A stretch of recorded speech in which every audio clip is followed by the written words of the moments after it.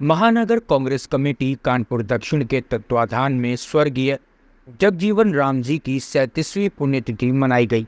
महानगर कांग्रेस कमेटी कानपुर दक्षिण के कार्यकर्ताओं ने स्वर्गीय जगजीवन राम जी स्वतंत्रता संग्राम सेनानी, अखिल भारतीय कांग्रेस कमेटी के पूर्व अध्यक्ष, पूर्व मुख्यमंत्री भारत सरकार के चित्र पर पुष्पांजलि अर्पित कर संकल्प लिया कि बाबूजी के बताए रास्ते पर चलकर देश की सेवा करेंगे।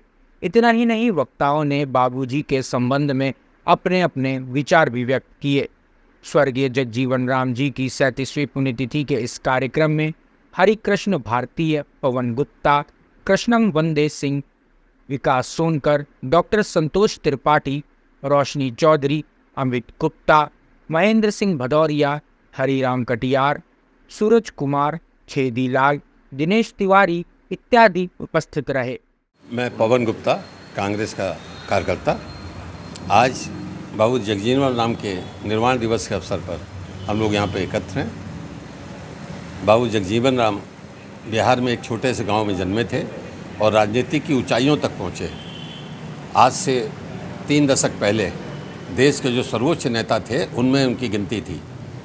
बाबू जगजीवन राम एक ऐसे व्यक्ति अकेले हैं जिन्होंने सन 1936 से लेकर 1986 वक्त तक 50 वर्ष तक लगातार सांसद रहे। विश्व के इतिहास में ऐसा कोई भी व्यक्ति नहीं है जो लगातार 50 वर्ष सांसद रहा हो। जगजीवन राम सदैव दलितों की लड़ाई लड़ते रहे, उनके लिए संघर्ष करते रहे। शिक्षा प्राप्त करने के बाद वो जब राजनीति में आए तो पहले वो विधान परिषद के सदस्य चुने गए, उसके बाद वो राजनीति में आगे बढ़ते गए।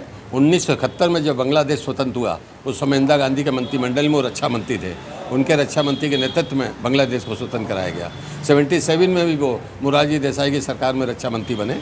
और इसी तरह बाद में 80 का जब चुनाव जनता पार्टी ने लड़ा तो उनको as a prime minister candidate उनको डिक्लेयर करके चुनाव लड़ा गया था, मगर उस समय इंदिरा गांधी चुनाव जीती, इसलिए वो नहीं बन पाए। एक ऐसे नेता जिन्होंने जीवन भर अपना पूरा समर्पित कर दिया दलित समाज के लिए। उनकी बेटी मीरा कुमार, उनको बीच में कांग्रेस पार्टी ने लोकसभा का स्पीकर बनाया था और बाद में उन्होंने जगजीवन राम ने एक पार्टी अलग से बनाई थी, जगजीवन राम जे। उसमें उनके पुत्र उनके निधन के बाद राष्ट्रीय अध्यक्ष हुए थे। उनके पुत्र पर बीच में आरोप लगे थे किसी महिला को लेकर, तो वो उस महिला से उन्होंने बाद में शादी कर ली थी, इसलिए वो बात खत्म हो गई थी। आज जगजीवन राम जी को हम लोग श्रद्धासुमन अर्पित कर रहे हैं और याद कर रहे हैं, उनके द्वारा किए गए कार्यों को याद कर रहे हैं। हरित क्रांति के टाइम पे कृषि मंत्री थे, हरित क्रांति का कार्यक्रम भी पूरा उन्हीं का था, इसलिए हम उनको बहुत हम सब विनम्रता के साथ उनको याद करते हैं, श्रद्धासुमन अर्पित करते हैं। Hey there. Subscribe to my channel and also press this bell icon so you can get latest video notifications. And this is absolutely free.